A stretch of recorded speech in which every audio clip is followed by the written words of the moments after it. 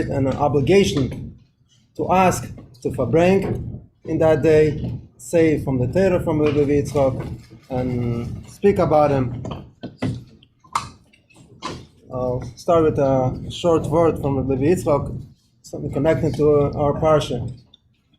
Our parsha speaks about giving tzedakah. The pasuk says, "Kiye b'cha evyoin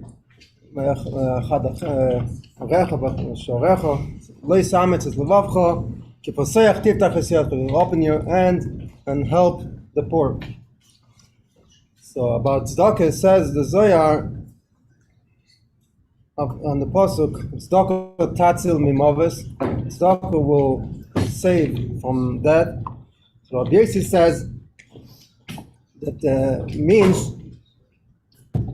who will save from that to the ones who are mishtadle be'iraisa, they're trying in learning Torah, and he says tzedakah tatzil mimoves, this is tzedakah mamesh, and in trei gvanim ubitrein sitrin, 2 colors and 2 ways.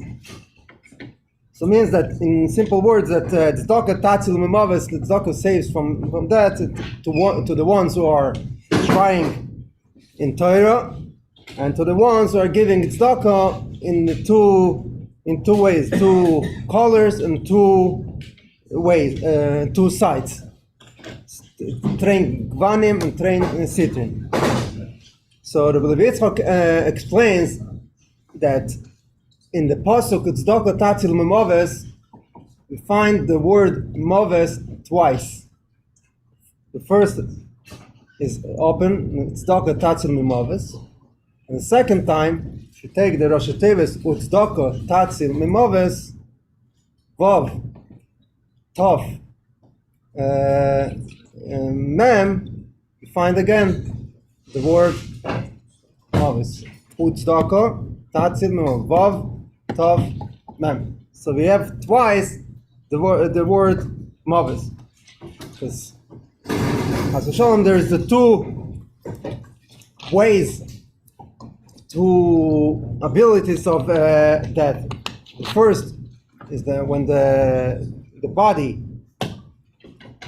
leaves the physical world, and the second explains this is the death of the neshama in the coming world. That's why it says in the Torah, sometimes we find in the Torah moisumas and moistumas, ikoris tikoris, and so that's like a double way of death. So he explains that through learning Torah, as he said, the Zohar says, the mishtadle be'iraisa, the trying in learning Torah, and through giving tzedakah, as the pasuk says, tzedakah tatzil mimoves, through these 2 things saves the person from 2 ways of death, the 2 levels of death, double death that I mentioned before. Because also by learning Torah and by giving tzedakah, there's 2 levels. First, there's a learning Torah in a regular way. You say that it mentions Tanya brings and a person learns regilusoi, the way he's used to, and then there is yosem regilusoi. And shoyne pirkoi mea pamim, shoyne pirkoi mea ve'achad pamim. And also in tzedakah is the way the person gives tzedakah, what is has to give, and what he feels he can give. That's one level. The second level is when a person gives more than he feels that he has to.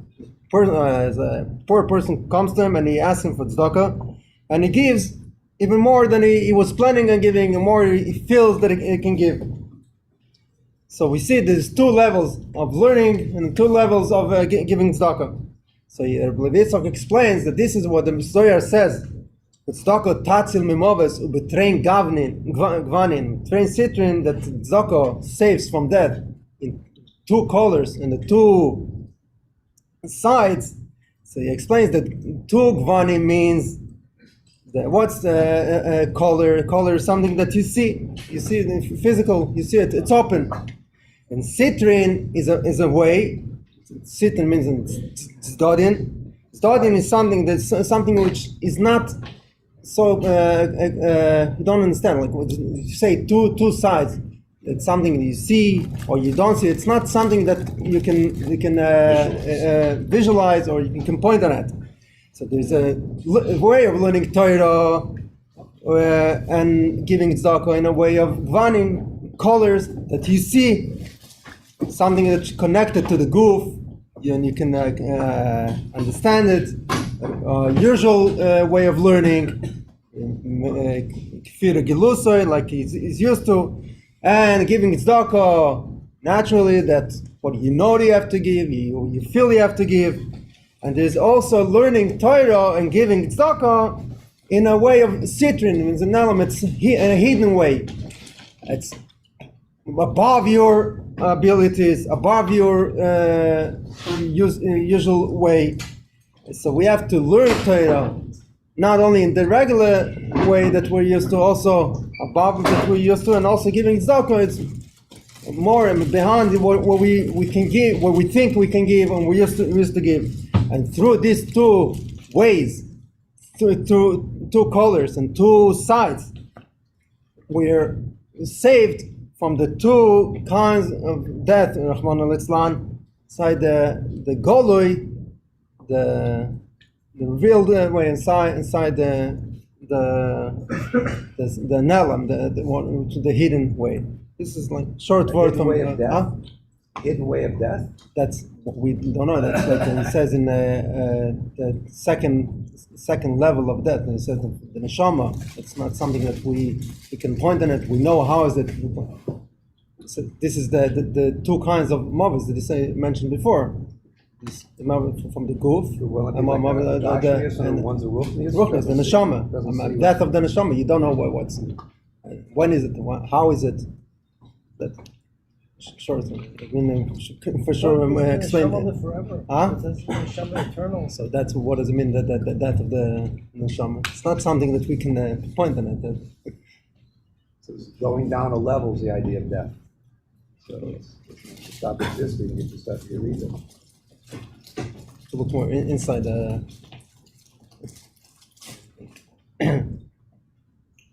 Anyway, that's it's a life. Huh? Relates to yeah. It's not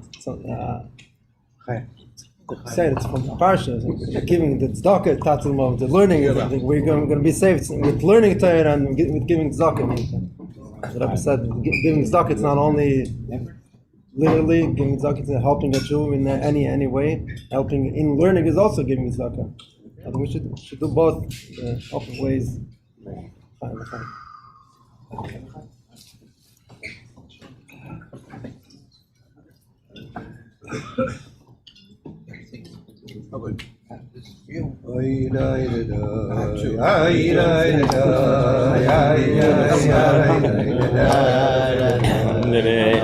Came in silent the last 2 years.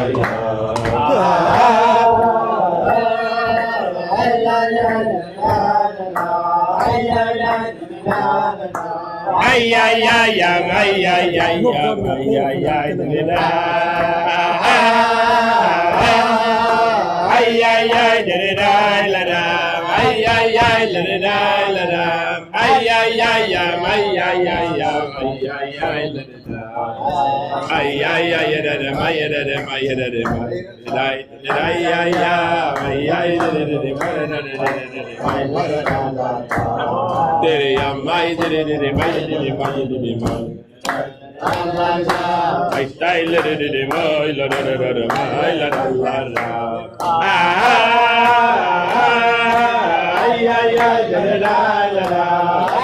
ay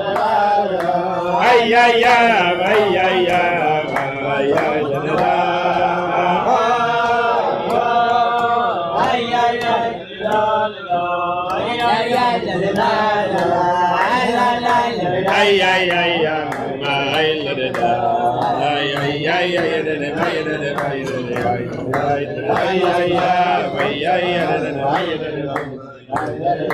la la ay ay ay ay ay ay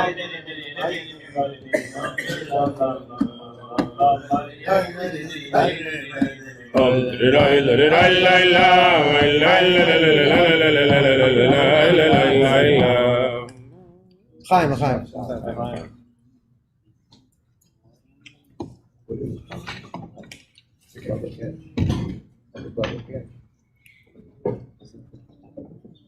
Just want to say one thing before or after that.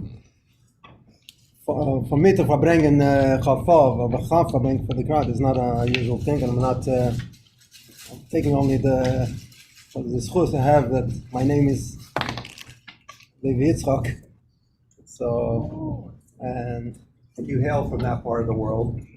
yeah, and the more, besides that, I have the schus that my father had a schus that the Rebbe told him to do the mafteches of his father's schorim. It's called mafteches of the Kutel Levi Yitzchak.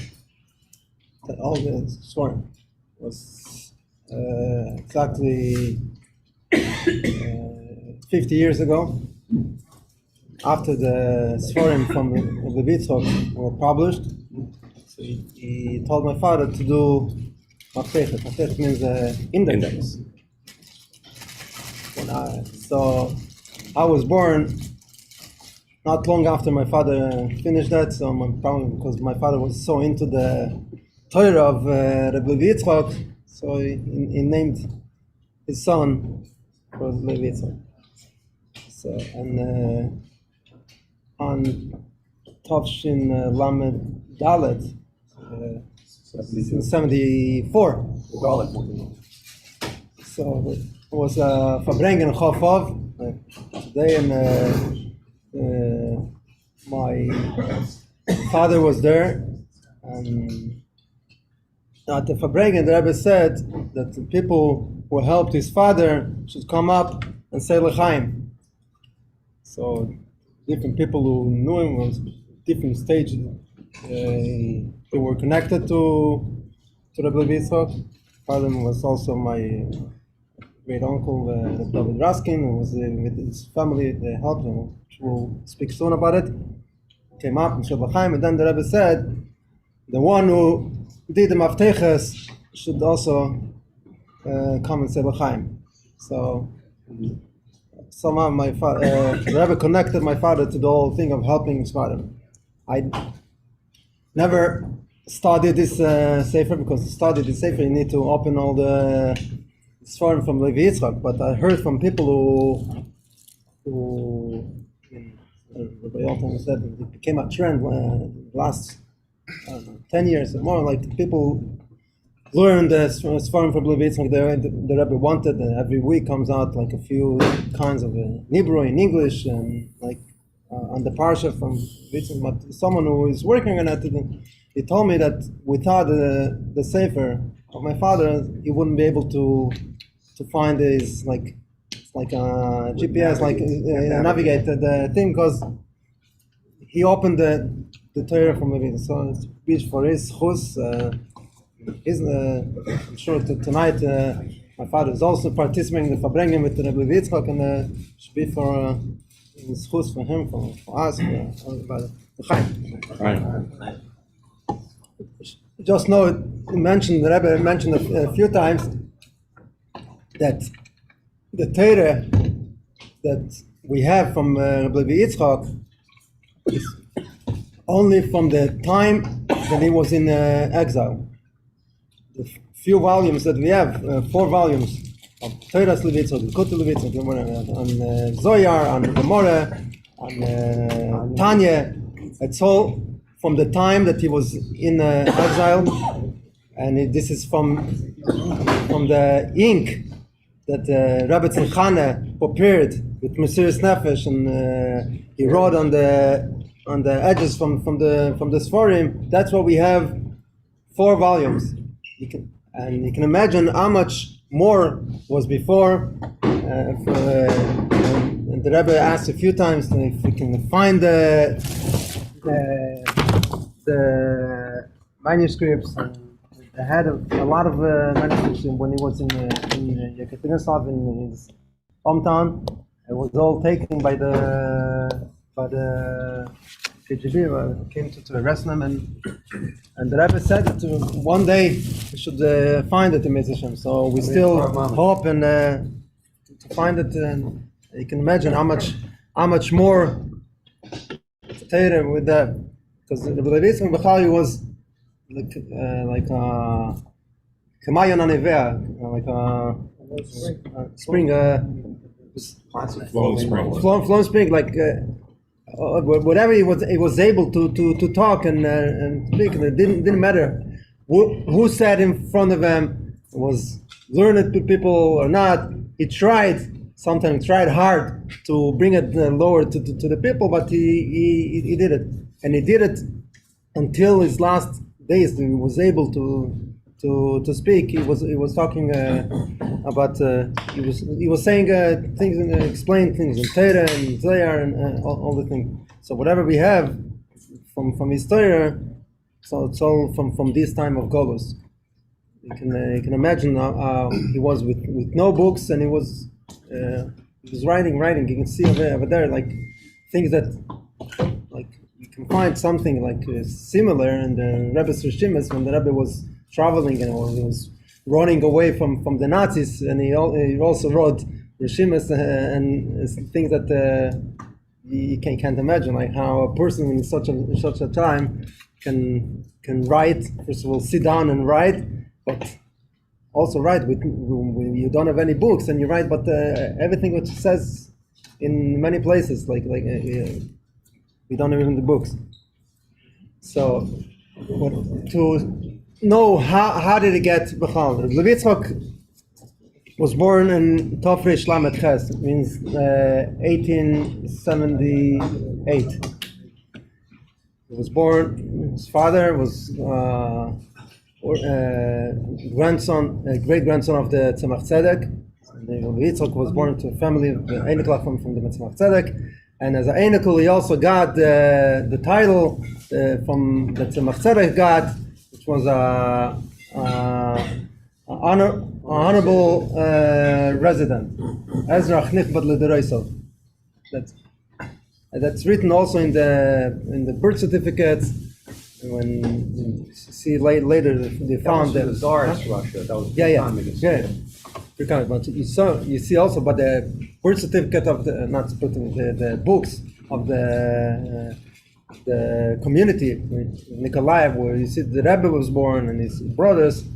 It's mentioned that this is Schneerson, who is his parents, and it writes over there Ezra Chnichbad L'Dores, like they have the title. Even when the Rebbe was born, but still they wrote about him this. So he was from Where did that start? The Alter Rebbe? The Tzemach Tzedek. Tzemach Tzedek was the first one to get that? Yeah. How did he get it? How did he get it? He helped. It was helping like settling the just helping settlers. Even from the or even from the Mitteler. Mitteler started it. I think who got it was the Tzemach Tzedek. Shadrin. Once he set up Shadrin. He started Shadrin or the Mitteler? Huh?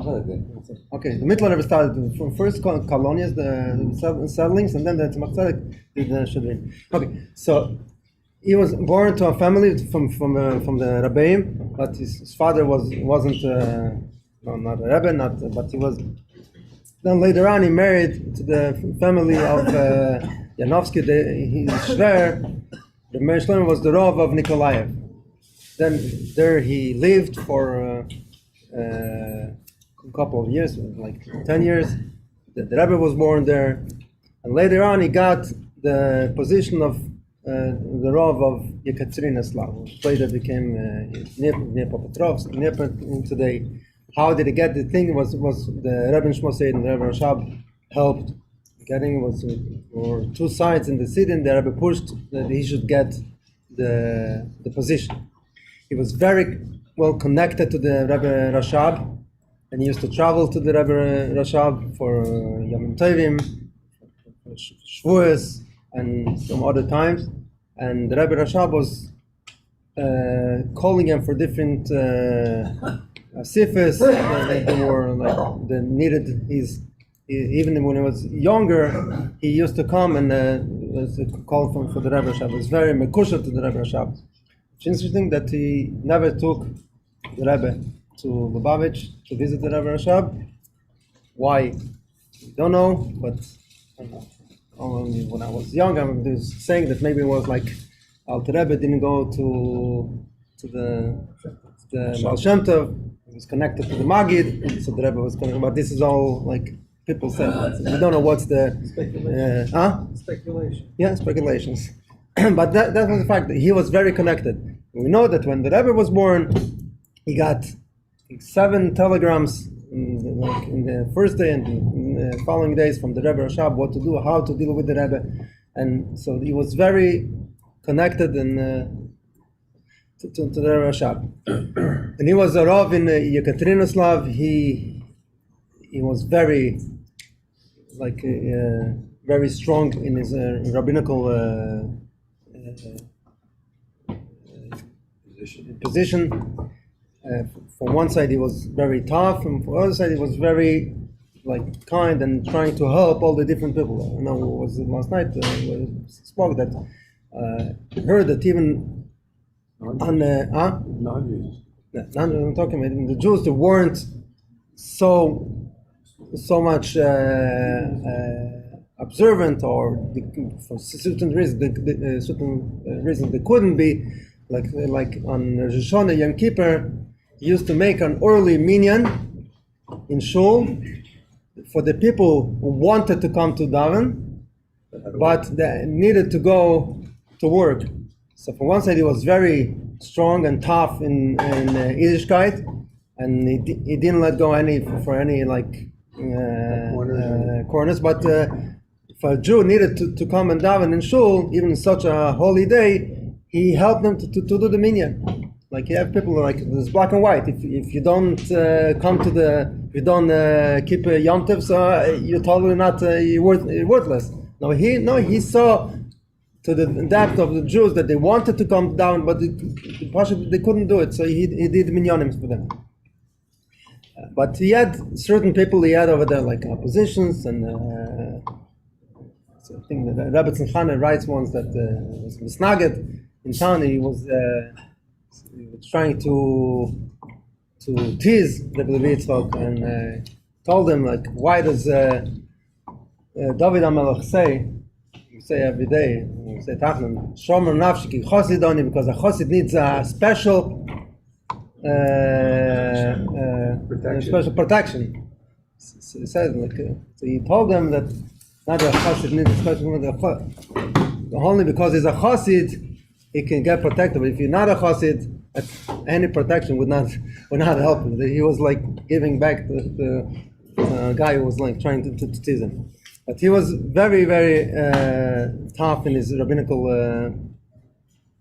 duty, but because of that, later on, when the communist regime started to look after the Rabbonim, so they looked after him and they wanted him to do less that he was doing. But he was always giving in his speeches, he was talking how strong we have to be and how we have to mechanech the kids in the true way and not giving attention to any side winds that are bothering us. We have to stay strong. And we saw in the video last night on Machal, the Rebbe spoke many times about the Mesiras Nefesh that he had, that even later on that they asked him to do certain things, to sign for the government, and so he didn't even when he knew that he is in danger. One story that I've repeated, I think more than once, about the matzahs, that he was asked by the high authorities to give a extra for the matzahs, but he wouldn't give it. Because without his hashgacha. Because if he doesn't have his mashgiach there, so he's not going to give. There's another story about hashgacha for Pesach to show how he was so careful of giving hashgacha. There's hashgacha for sugar. What can be wrong in sugar? But it has to be kosher for Pesach. So you have to watch how does the factory works. So you take the strings, whatever. Sugar cane. The cane, and you make it into water, and then it becomes. Someone was going and said everything looks okay, but whatever all the process. He went to the place, and he was watching to see how the whole process is going. And what happened? He saw that one of the places where they went down the pipe was a guy standing on top, and he had a loaf of bread. While the sugar was pouring down, he put the loaf of bread just to get a taste, sweet taste, like the sugar was pouring down. And he just dipped the bread in the sugar. So then he said, whatever, okay, no more. There's no hashgacha over here, no kosher lePesach. If he wouldn't go and look for it, like every person, what can be already? So he was so machmir, like to watch the whole process. In 1939. He was arrested, and the way he writes in his Rishima, he went to Kharkov and to Chile. No, still in Ukraine. He was in Kiev. He writes all different stops that he had on the way, and it's interesting to read. You can take it to Lubavitch to read. There's a Rishima that he writes what was the steps of his arrest. Till the guy came to the goals, and he writes different things, which train did he go, which number, and which number of wagon, of wagon that, and he did gematrias, what it has to do, and it's fascinating to read the whole thing, how he takes everything and translates to Kabbalah. Then he got to Kazakhstan. The village was called Chile. In the beginning, the Rebbetzin Chana was looking for him. She went to give him packages. She didn't know if he got to him, it didn't get to him, and a lot of times they just used to take the packages and never give it to the person.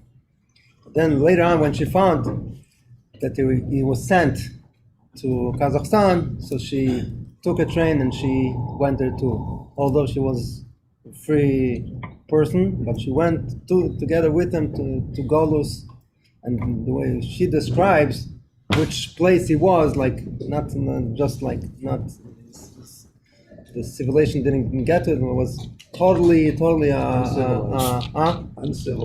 It was it's even a low statement because it was totally dangerous for a person to live there. Even like the way it was muddy and all the Insects. and the people got sick, and that's the mice. That's how he got sick later. What was it that he passed away from?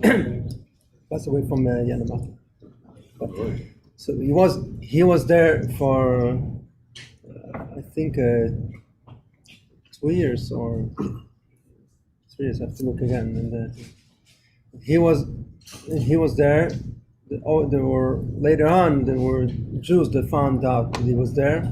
One of the people was Aryeh Leib Kaplan. He was sent also into this Seder of the Kaplans. Didn't come from a Chassidish mishpacha, but he was there. He was a Rov, and he found them, and he helped them with getting bread. He was standing in line, and he was bringing them he helped wherever he could. He was there for a long time, and now it comes like the part that I've heard already. As I was a child from my grandmother, my family was. Her family was involved in that. Her family came to Kazakhstan in 1942. They ran away from Leningrad, went to Asia till they got to Kazakhstan. They went to Uzbekistan and then to Kazakhstan. When they were in Almaty, they came to the city Almaty. Then they heard that the Lubavitch is there.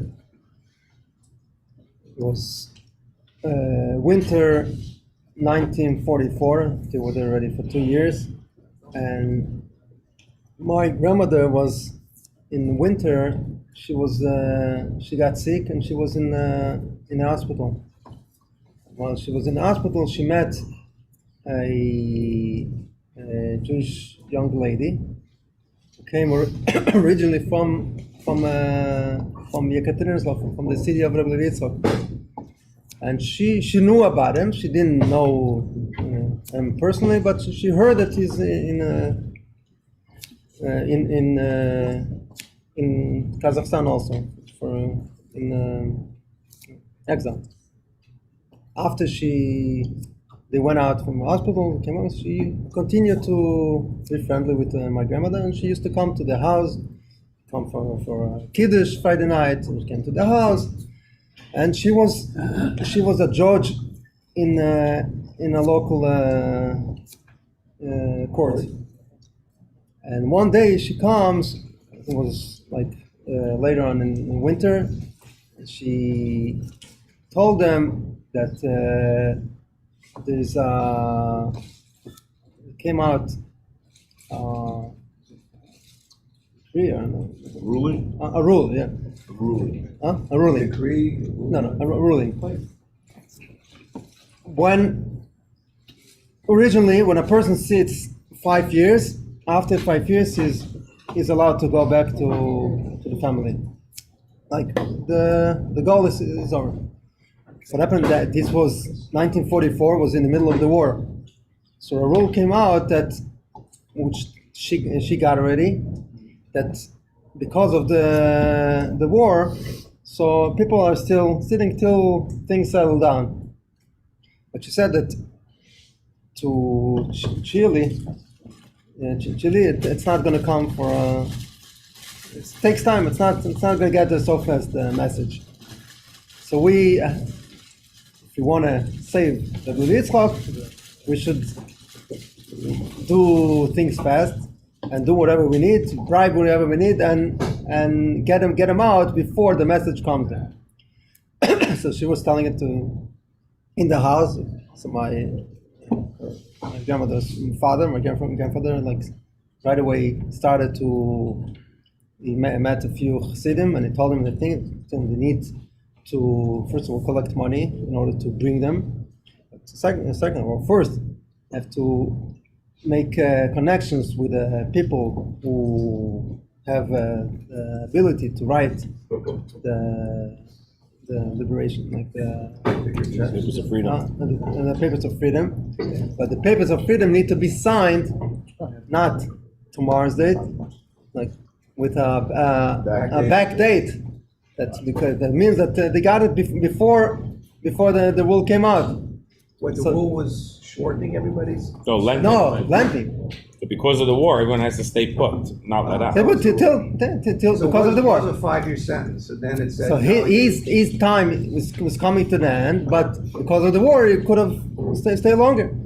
So they bribed whoever they needed to. It was a big mysterious nefesh, and then they sent a young lady named Batsheva Altois, and she traveled to Chile, and she gave all the papers whoever needed to give. She was a big danger for her to go with the papers, with the money, whatever. Was it a woman? Huh? A Was it a woman. woman? Huh? Yeah. Why? Probably less of Suspicion. Suspicion, yeah.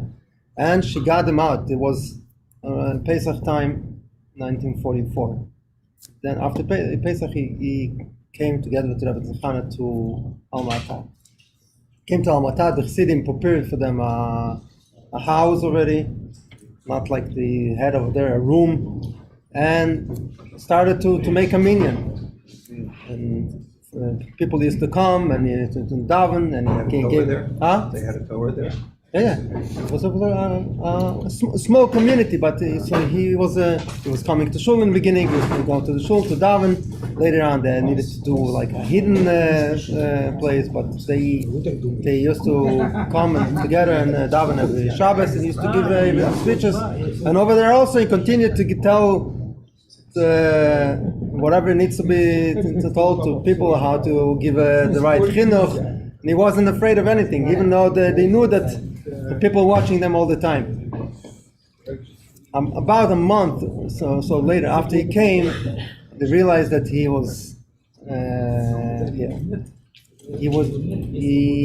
got sick already over there. But so I heard, like, because of he was so like stressed out. We told the situation that it was.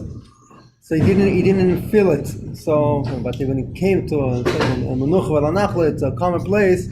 Then the illness came out very strong, and they were calling doctors. They called the big doctors, but the doctors, the mice, they didn't give anything. They used to give him like sweet water, because they realized that they can't help anything, because there's no medicine that could have. Placebo. Yeah, just made him feel less the pain, and then then for like it went down and down. For in the beginning, he still used to go out for a walk around the city. I remember my grandmother was telling me that she saw him in the street. He was wearing his rabbanish hat. She said, I think it was a hoppet, and people used to stop in the street, going to the side when he was walking. Well, he had such a nice presence. The spawning was so nice, and they were like stopping and looking at him. You can imagine how was he before he got really sick. It's an interesting thing that the Rebbe got the picture of his father. The famous picture was till the 90s. It was a picture of looks very like, then we didn't know before. If you remember, the picture was like a picture of an old man, and later on it came out on our poster tonight. No. No. That's a new picture. This is the picture came out in 1991.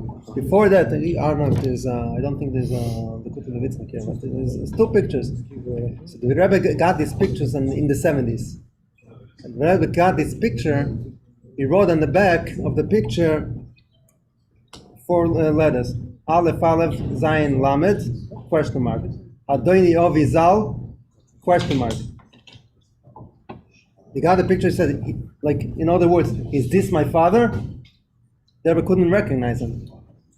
After the new picture, the no picture, the old picture, the picture from before, like when he got arrested, came out.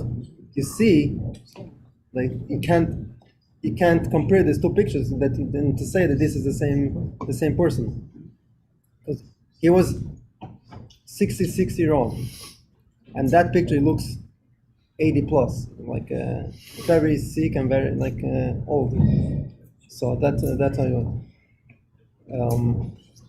One of the things that I heard from the family, that when it was later in the last few weeks, he needed more help in physically in the house, and they used to come help him put on tefillin, and maybe it was the last 2 weeks, something like that. But he was, you saw his like he was chumras, whatever it was, not chumras, whatever he was keeping to the dot of the Shulchan Aruch till the last days he was able to, because of the illness.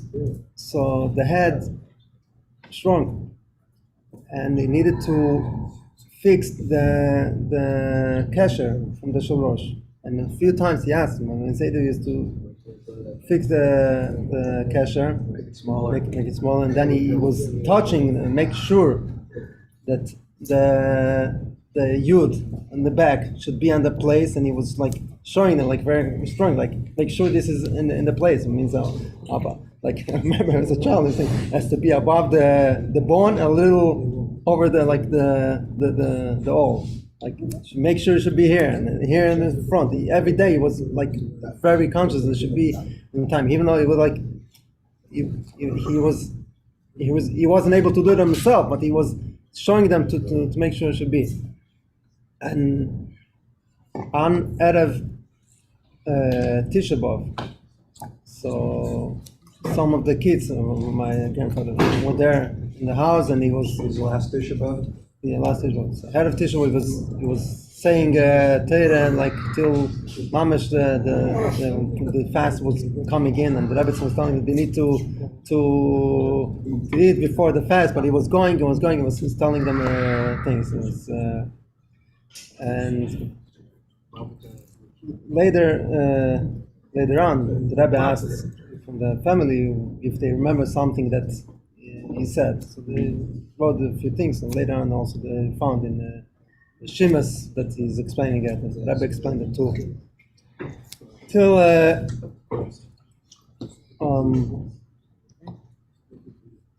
when he was my grandfather says that Mamish in the last week he was a moya, so he did a bris for a 4-year-old child. And after the bris, he came to the house and he told the Lubavitch that he just made a bris. So Lubavitch started away. He was amazed and said, like, it's such a big schus for you to make a bris for a 4-year-old.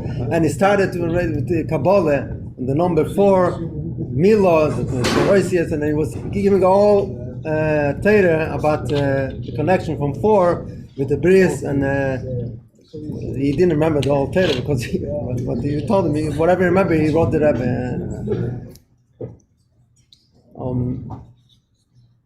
I'll just finish now with one thing. Like when he was, my grandfather came to the Rebbe for Tisha Tavshin Tazayin, the first time, 1955. Before that, as from the first year in Tavshin Yud, the Rebbe was sending letters. He's asking him like if he can write what he remembers. And if he remembers when was his talkus, what was before, how was the thing. One other thing, the Rebbe asked him if he can send him the shofar from his father.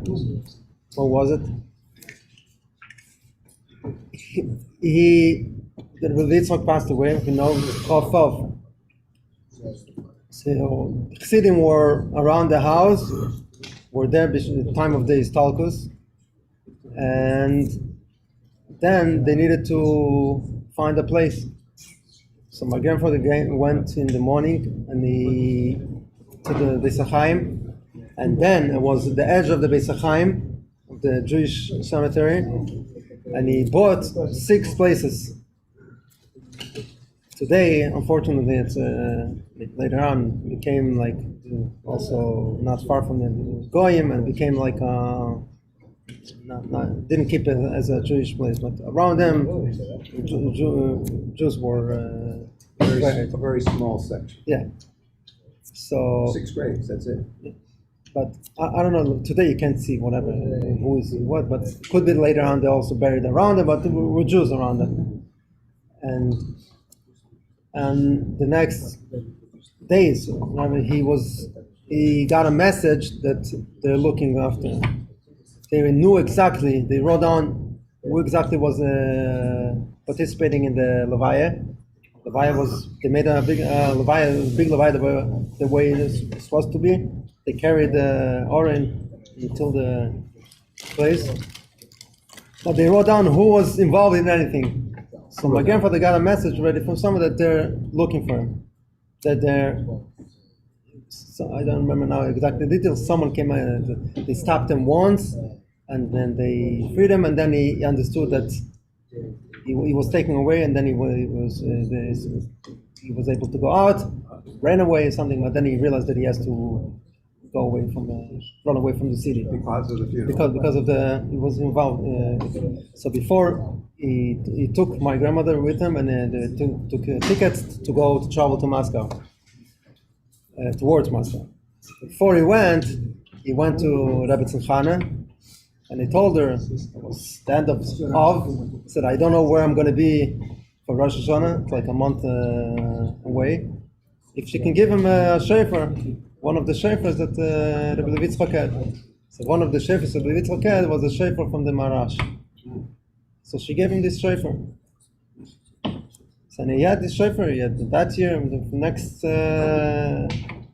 6 years, he was with him. He was blowing it, whatever it was. So Tov she knew, the Rebbe writes them in a letter, if you can please send me the shofar from my father. Time to give it back. Yeah, time to give it back.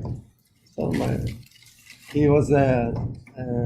my grandfather was like, he was already in the kusher, and he signed the guy. But he said, I want to have something for it. So Rebbe told him that he talked through his son. David Raskin said he gave David Raskin a handkerchief from Fidik Rebbe, and told him to send it to his father. But then that he has it ready for him to give. But then he said, while the shofar was still holding up, he said that the handkerchief it's shrinking. That said, like it's getting smaller. The shofar. The handkerchief. It was I don't know, like if you're not like till you decide to send it. But then it was someone who was in Eretz Yisrael, was a chask in the We cut it in pieces. something, I don't know. And he sent it way before Tisha Yidalef. The Rebbe got He it. get a stamp, and he said, what is this? The Rebbe got it, Tavshin Yidalef, and then he wrote to my grandfather that he gave his son Enshif, and then he asked him, what should I do with that? He said, you're about Kia, so you should use it to cover the shofar. That was it. Okay, l'chaim. Chaim.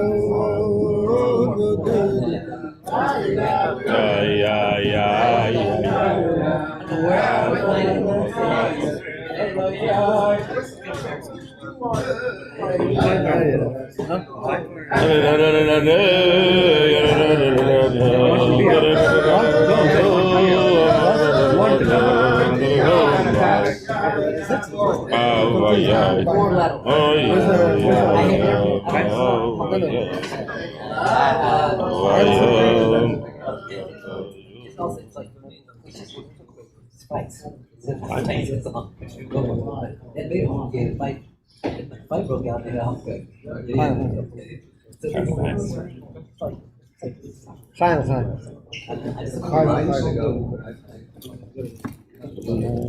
For Rabbi Elton, we'll continue. Another interesting point, and we said it on Shabbos also, that I mentioned before that the Rebbe asked my grandfather to write exactly the details. When was his father installed? When was his status? There's in Lubavitch, it used to come out in the early 40s. So after the Lubavitch passed away, the Frierdiker Rebbe wrote a page or more, I think a page now, of how do you call it? Biography or like Zichron, Memoirs. Memoirs. The obituary. Huh? Yeah, there you go. That's the word. Yeah, I guess when somebody dies, they think you write the obituary. About his mechuten, but it's very, very nice thing. Frierdiker Rebbe wrote it, but then they didn't know exactly the date of the Lubavitch Gestalkus. They wrote that he passed away on Chof Gimel of. Later on, they got the right date. How much later? Years later? No, I think that year. Yeah, that thing. But the Rebbe, first of all, the Rebbe said Shiruv whenever he got the message. It wasn't right away. It was a shmo. I think it was no, it wasn't a shmo, but it was not in the first days. Did he pass away what year again? Tavshindan from 1944. So, but the Rebbe for years had debate, like it wasn't clear. But the Rebbe he had the doubt, like when is the exact time of the Istalkus? And he wrote Tavshin Yurver. He wrote a letter to Soil. He asked people to find out. He told people also to find out from Meseder Yankivis Raskin task if he remembers exactly when and what. But when he came to Yechidus, the Rebbe in 1955, and then in Elul during Tisha. So the Rebbe asked him again if he can tell him what was before the Istalkus, what was the last time, what does he remember. But how come if Tafshim Zayin he came to take his mother? Okay. The Rebbe told him when he was like he was he didn't write the Rebbe, he didn't ask the Rebbe, but it was obvious, like something like, why are you asking me? When he met his mother on Tafshin Zayin, 1947 in Paris. spring, he met his mother. He could have asked his mother, Ma, tell me exactly when was the Istalkus, but he never asked his mother about it. And the Rebbe writes him, and the Rebbe told him also that he doesn't want to ask his mother because he doesn't want to remind her about the hard time that she went through. So the Rebbe was in a doubt for years. Well, he could have alleviated it, but he didn't. He could have asked his mother. Like his mother lived with his father all the time. But he wouldn't ask his mother because he didn't want to make her any tsar of reliving that time. So you see that the kibbutz that the Rebbe had, like chas v'shalom, not to make her mother feeling bad because memorize the time of the Istalkus. When the Rebbe's brother passed away, the Rebbe that was also sent telegrams from England or whatever. And there's a letter from the Rebbe Tzimchane. She was later on with corresponding with my grandfather through the years till she passed away. And one of the letters she gives him regards from his sons or his sincerity was David Raskin, was Leib Raskin, later on the Shliach in Morocco. And she said, and then she writes, Yarich Hashem Yisborach Yamav Shnoisav Shel Bni Shlita, like may Hashem give long life to my son, my son. Akibud Eim Shelo Gdoilo B'Mida Yesera. His kibud Eim is beyond measure. Beyond measure, and she knew what she was writing. So this is like an example. So they say she knew, but she didn't let them do it. About her son. About her son, there's people who were close said that she was like putting up a show. Also, the Rebbe didn't want to tell her. She also didn't want to tell him that she knows. But they played that game until the. It's interesting when the Rebbe there's a video that was once the Gem gave out, the thing that Professor Rosenbaum. He was a big mathematician. The Rebbe gave him the folder, like the note from his brother, and he asked him to work on it. The Rebbe tells them, I have from my brother, he was not with us like for 10 years. Rebbe told him, like about 10 years is passed away, since he passed away. This was in the 70s. It's Tafshin Lamed Hey. Lamed Hey. The Rebbe counted from Tafshin Chafim, from when his mother passed away, till that time when the Rebbe met this Rosenbaum, and he tells him about it was about 10 years that it's not with us.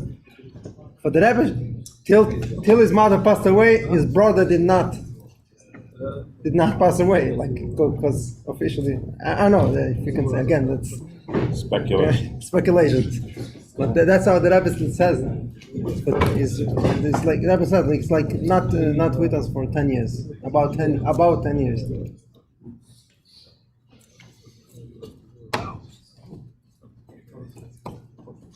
So we can all learn to have a little bit more out there. You would have a little bit more.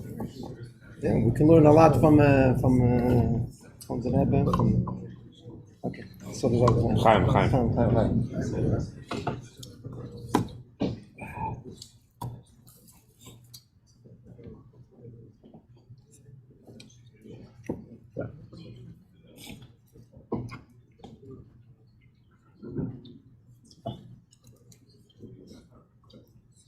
Yesterday's parsha, the last pasuk, it says that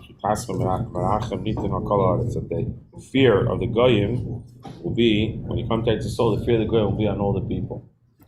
So Alter Rebbe in Perek Chafei of Tanya asks, if the Moshe Rabbeinu is promising the Yidden that they're going to be in Eretz Yisrael protected by Hashem, and they won't have to be worried about the Goyim, so then why did Moshe Rabbeinu also teach about Mesiras Nefesh, about Kiddush Hashem, in the same parsha? We learned last week's parsha, or 2 weeks ago, Veschanim, we learned Shema. We learned that the mitzvah of Shema is the filu neitos nafshecha, that even if you have to have Mesiras Nefesh, what do you have to have Mesiras Nefesh for? If you're gonna, if the Goyim are gonna be afraid to touch you. So Alter Rebbe answers that Mesiras Nefesh is the koyach of Mesiras Nefesh is what protects the Yid, is what can drive a Yid to learn Torah mitzvahs. The Alter Rebbe is Meirich, and this is like the summary or the conclusion of Perek Chesed Perek Chafei of Tanya. The Alter Rebbe explains that if a Yid would remember the koyach of Kiddush Hashem, then they would be able. Then that would itself would help you, drive you to be careful to do all of Torah mitzvahs. Now, it's not pshat that Alter Rebbe is saying think about this the theoretical concept of Kiddush Hashem. Alter Rebbe is saying that every single Yid has the koyach of Mesiras Nefesh. Every single Yid has the koyach of Kiddush Hashem. And so if you tap into that koyach of Mesiras Nefesh that you have, then that will empower you to be able to do Torah mitzvahs. In other words, it's not like like theoretically speaking, if I would be in a situation and I have to go on Mesiras Nefesh, I would do it, so now I should also do it. It's like the Pshat and Tanya. It's almost like Alter Rebbe was telling you got to make a calculation. What would you do if you were in such a situation? You'd go on Mesiras Nefesh, so go on Mesiras Nefesh now to fight the Yitzhahara. But the Chassidus sees everything is an Inyan Amiti, it's a MS. It's not Pshat that it's a theory, but there's a koyach of Mesiras Nefesh that Yid has. The koyach of Mesiras Nefesh that Yid has is there whether we're put to the test or not. That's all. But I was saying that even though the Yidden are going to Eretz Yisrael, they're not going to need to actually use this koyach HaMesiras Nefesh Pel Mamish, but that koyach HaMesiras Nefesh exists in the Yid. That koyach HaMesiras Nefesh is there regardless if you have to use it or not. And therefore the Alter Rebbe says, tap into that koyach, tap into that energy that you have within you. I believe, if I'm not mistaken, it's a maimed from a maimed of Chof, where the Rebbe says that even though the koyach HaMesiras Nefesh is by every single Yid, but you can't compare it to a person who uses the Pel Mamish. In other words, the koyach HaMesiras Nefesh from Pshat and Tanya means koyach HaMesiras Nefesh is every Yid has, and every Yid who learns Perek Chesed Chafei, uses the Alter Rebbe's method to be misgaber al yetzer. So then they're using the koyach HaMesiras Nefesh. But afal pikein, it's not the same. It's a person who actually uses it to the Pel Mamish. And this is what the Rebbe, in other words, we know about the Rebbe's kibbud avim from the way the Rebbe treated his mother and visited her every day. That's the gashmis of how the Rebbe did the kibbud avim for his mother, we know. But the of part of it, we also know from the way the Rebbe spoke about his father, the way the Rebbe taught about the Rebbe, from when the Svarim came, the Rebbe, every single Shabbos, the Seder by the Farbrengen, until the Rebbe passed away, the Rebbe's Farbrengens are very systematic, very organized. You look in the 60s, in the 70s, the Farbrengens have a very structured, very consistently structured. The first sikha, the Rebbe would like an opening on the topic of why there's a Farbrengen. The Rebbe is a Farbrengen every Shabbos. So Shabbos was usually Farbrengen in those years was because it was a special Shabbos. So the first sikha is what's special Shabbos, Shabbos Levarchim. It's like what's the Shabbos Levarchim? What's the topic? And then after two sikhas or so, if there's a maimer, then the Rebbe said the Rebbe would teach Rashi. And a piece of Lekutei Levi Yitzchak from his father, who was Pirkei Avos in the summer. Then when the Rebbe started Hilchos Beis Abchira, then the Rebbe started Rambam, was a piece of Rambam. And the Rebbe had a unique way of doing it, which was ask all the questions in one sikha. Instead of saying, okay, we chazer a sikha, you say, okay, you can speak a Rashi, a Rambam, whatever it is. But the Rebbe, in one sikha, we're going to learn this Rashi, here are all the questions. We'll get to the answers later. Pirkei Avos, here's all the questions. Kutul Levi Yitzchak, here's all the questions. And then in the next Sikha, the Rebbe would go answer all the questions also. Now, sometimes, like the Rebbe was very fond of doing, he would connect them all together, all on one topic, and all, weave in and out between them. So one answer But answers all the no, that's a separate that the Rebbe liked. That the Rebbe actually spoke about on the first Chof. The Rebbe spoke about that idea. The Rebbe said, the Rebbe said to see him on Mesechus Kedushin, he said that the Rebbe asked a lot of questions. The Rebbe said that if you have one answer that answers all your questions, you hit gold. But if you have to answer each question independently, it could be you're right, but you don't know. So that's why you see the Rebbe's shita is that you have to have one question or one concept that changes, it gives you a whole new perspective. It answers all the questions, and you know that you're right. But in any case, the Rebbe, sometimes they were connected. The Rashi and the Rambam didn't really have what to do with each other, but the way the Rebbe explained it, to bring it on like one topic or one thought that connects them. But many times not. It's just Rashi, but the Rebbe answered each one, going through one to the other, explaining each one. But the Rebbe spent every Shabbos until after the Rebbe passed away. The Rebbe changed the styles of Farbrengen, and the Rebbe stopped this system. But the Rebbe, every Shabbos, something from the Rebbe's father. The Rebbe sang his niggin all the time, especially in the later years. The Rebbe sang it, even on a kafis. The Rebbe generally, we have the Rebbe's hakafis niggin for Simchas Torah. In the last years, the Rebbe himself started. If the Eilim is going to start singing hakafis niggin for the Rebbe, they would say the Rebbe's hakafis niggin. But the Rebbe himself, the Rebbe was saying whatever he wanted, right? So the Rebbe, the last years, the Rebbe started, not all the time, but many of the hakafis, so the Rebbe's hakafis, the Rebbe started his father's niggin. At the end of Farbrengen, the Rebbe, and the Rebbe used to give out mashka at the end of Farbrengen for Farbrengens. So for many times, the Rebbe used to sing Arikesi Lachem Bracha, which is, give a bracha, Keshel Bracha, the Rebbe sing Arikesi Lachem Bracha. And then the last 4 or 5 years, the Rebbe switched it out. At the end, after giving out mashka, the Rebbe started his father's niggin. It was very, in other words, the Rebbe's, what? Niggin of Sameach. It was like a, what? Achi Sameach. The most of it. What was the first niggin? Arikesi Lachem Bracha. That was the Rebbe's Hakafah niggin? No, there was hakafis niggin. Yeah. No,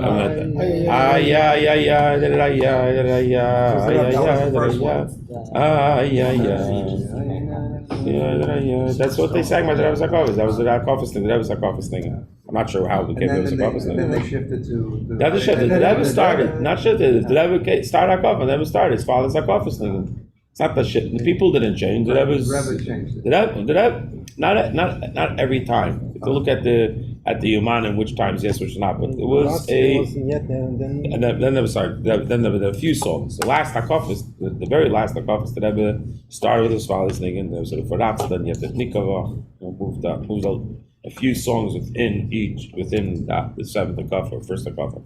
But point is that the Rebbe made his father very, very present in his Torah, Nigunim, and so the kibbutz. So by the Rebbe's mother, the kibbutz. So the Gashmi is going, taking care of her, and making sure she's well. For his father's kibbutz, you saw that the Rebbe Pashat made his father very present by Chassidim, and you see that the Chassidim that were in America. Like in the early years, Chassidim were in America. To them, Chof was part of the culture. They were Farbrengen every year on Chof. It was part of the culture. The Rebbe's father was a part of it. Was the Chassidim that came out of Russia? The Rebbe's father was a prominent, Beis Harav and a prominent Rav, but he was one of the other Rabbanim. And there was a shluchim when they went to France. Hatzvi-Bais, the Rebbe sent Bachram shluchim to France. And when it came Chof, there was no Farbrengen, but the people, the burned water, they came out of Russia. They didn't know what hit them. They didn't know what was going on. And they didn't, there was no Farbrengen. It was a very lovely night there.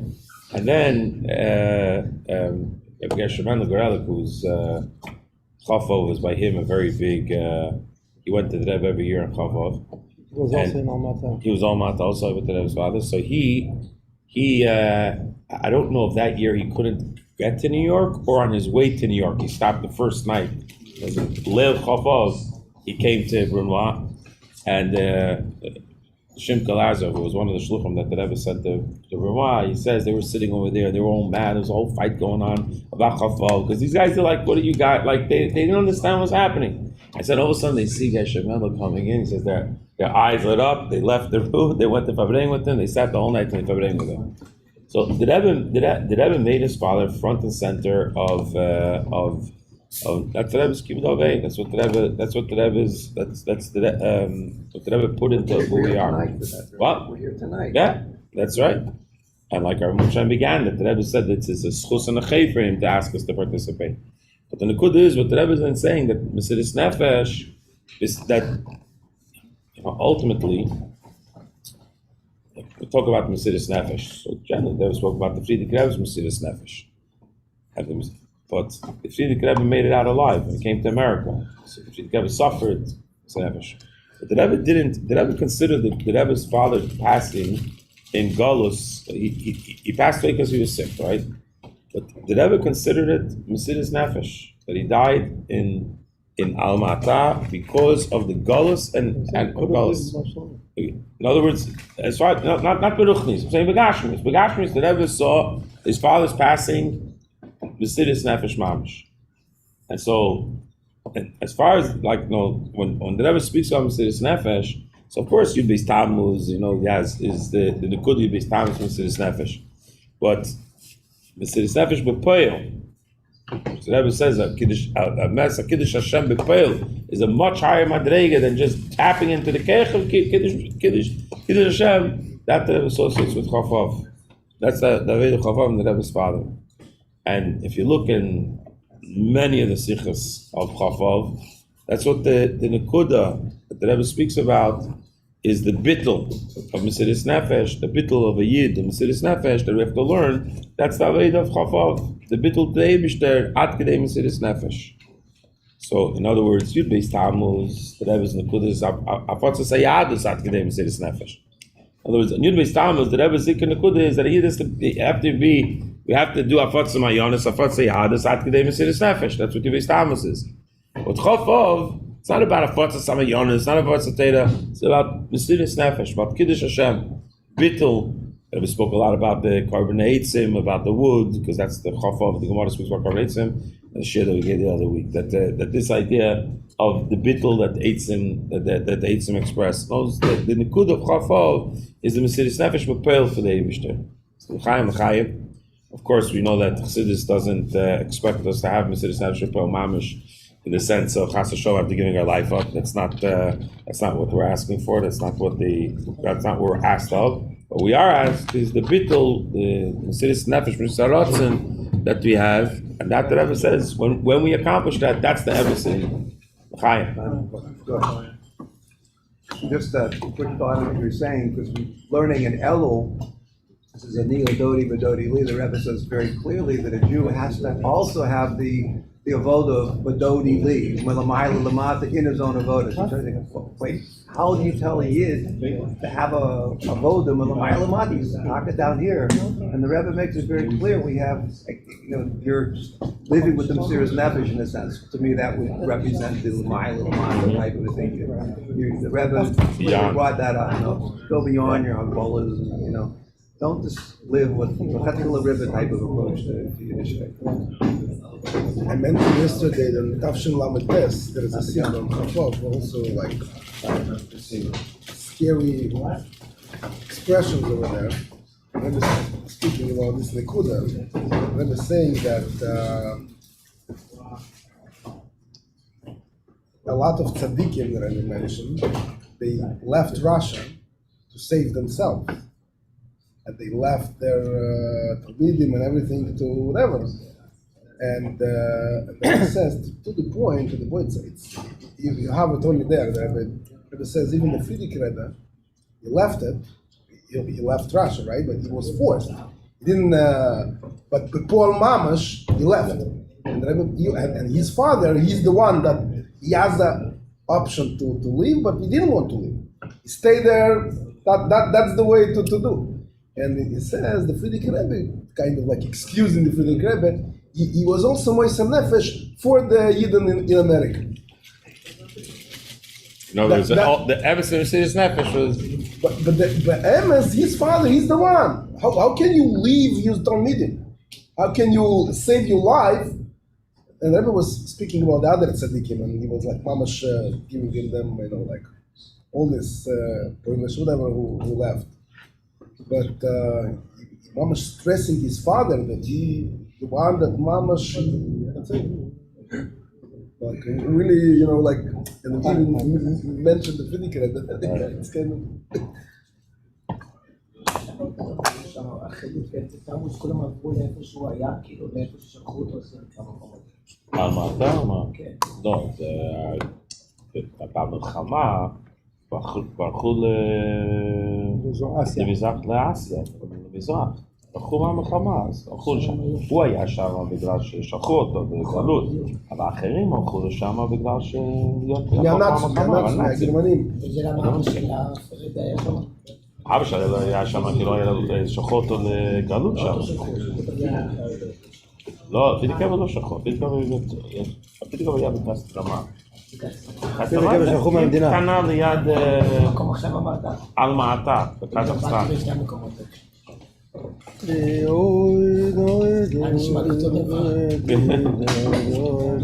ברוסיה. זה רוסיה.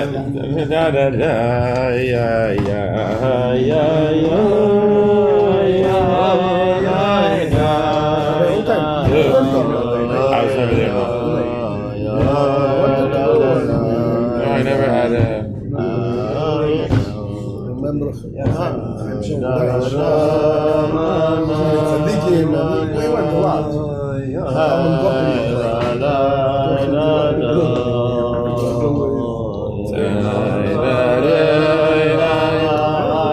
Chava Sachtai is not one of them. That's what he says.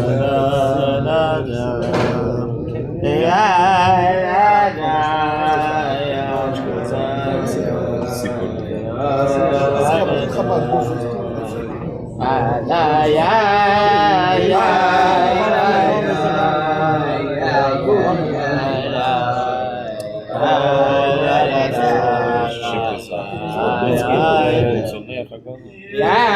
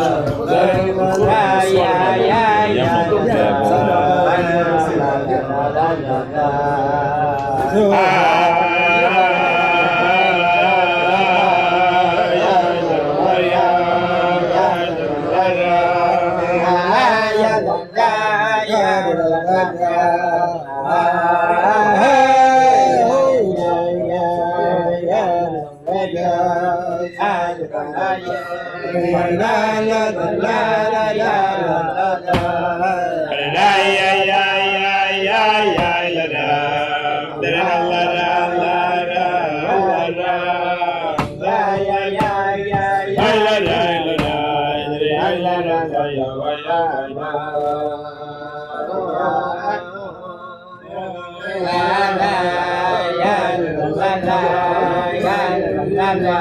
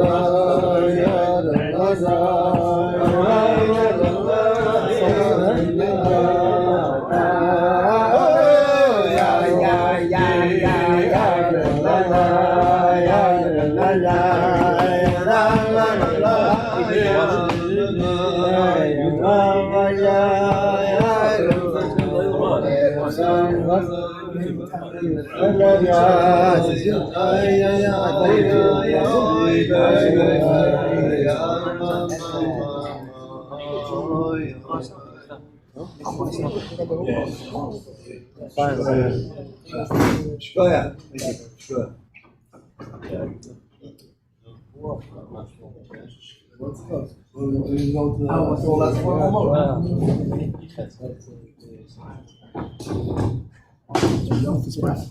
Yeah, I don't know. Go to a less formal one. It's really